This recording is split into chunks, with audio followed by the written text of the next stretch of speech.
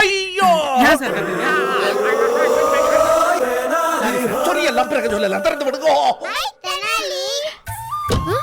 Doctor இது உங்களோட வீடு, அப்ப இது உங்களோட தங்கச்சி. அவர் உங்களுக்கு தெரியுமா? அது வந்து தெரியுமே.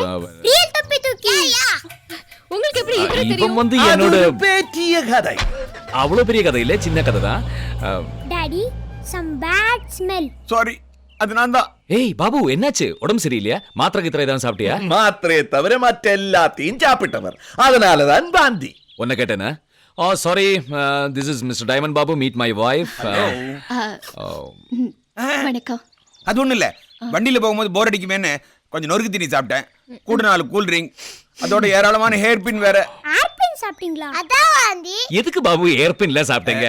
மலைப்பெண்டின் கொண்டையிலே அத்தனை ஏற்பின் பெண்டுகள், அந்த சுற்றலிலே வாந்த. இதுல புது கவிதை வேற, அந்த பேரை சொல்லாதடா. எது வாந்திய? அதை தாண்டா சொன்னேன். ஆமா, நீ எப்படி இவங்க கூட? உன்னதான் நான் பஸ்ல ஏத்தி விட்டேனே. டாக்டர் என்னை பஸ்ஸில் ஏற்றி விட்ட நீங்கள் தான் பஸ்ஸே சேர்ந்து என்னை இறக்கி விட்டுட்டுதே.